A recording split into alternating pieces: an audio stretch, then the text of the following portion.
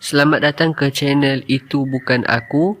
Dan dalam channel ni saya akan kongsikan kisah-kisah seram dan kisah ni diambil daripada sumber-sumber bacaan. Jadi tanpa kita lengah masa, mari kita dengar kisah kita pada kali ini.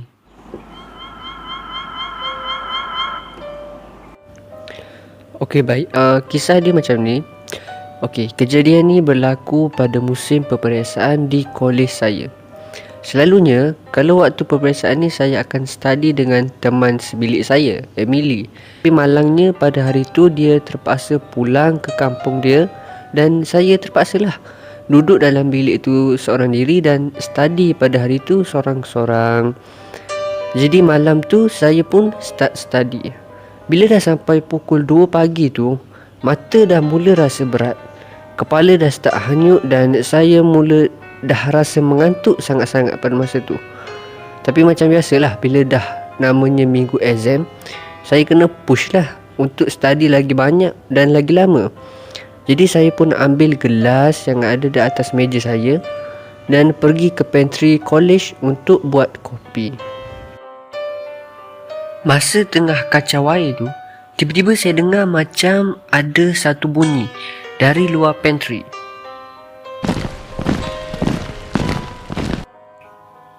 Bunyi tu macam bunyi orang tengah buat kawat kaki. Jadi saya pun intai dari celahan tingkap pantry tu. Tapi tak ada orang lah.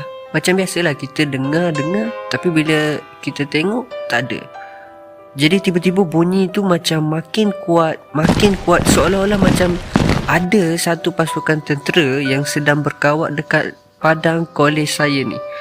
Puas saya intai, memang tak nampak siapa-siapa dekat situ. Saya pun abaikan benda tu, ambil kopi saya dan masuk semula dalam bilik saya. Dan kat bilik tu tiba-tiba terlintas yang mana logik kalau ada orang yang kawat kaki pada musim peperiksaan. Lagi-lagi sekarang ni adalah pukul 2 pagi.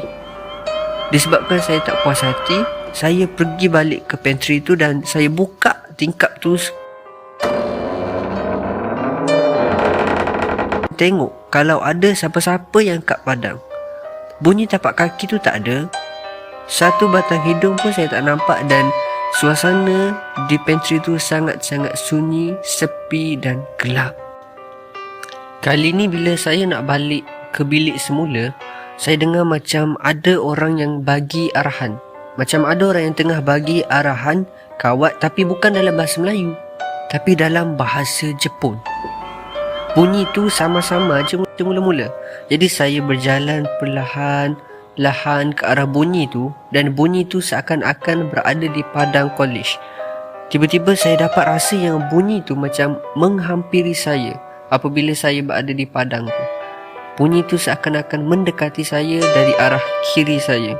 Bila saya palingkan kepala ke arah bunyi tu, ya Allah, nak tahu apa yang saya nampak? Saya nampak ada sepasukan tentera Jepun yang beruniform lengkap sambil membawa selaras senapang. Tapi apa yang lebih seram ialah mereka semua tak ada kepala. Kepala mereka seolah-olah telah dipancung dan berlumuran dengan darah. Laju saya berlari ke bilik dan tiba-tiba saya rasa macam ada tangan yang pegang bahu saya. Saya pun cuba palingkan muka untuk tengok. Alhamdulillah, rupanya tu adalah guard college saya. Saya ceritakan apa yang saya nampak pada guard college tu dan dia suruh saya naik bilik cepat, ambil wuduk dan terus tidur. Keesokannya, bila saya jumpa guard tu, saya cuba tanya guard tu tentang apa yang saya nampak semalam. Jadi guard tu kata gangguan tu memang dah banyak kali berlaku pada students sebab dia sendiri pun selalu kena ganggu. Guard tu ada kongsi satu pengalaman dia masa awal-awal dia masuk kerja sini.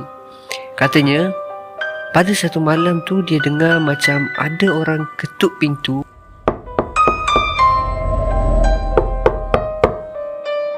Dan ketukan tu disertai dengan suara tangisan.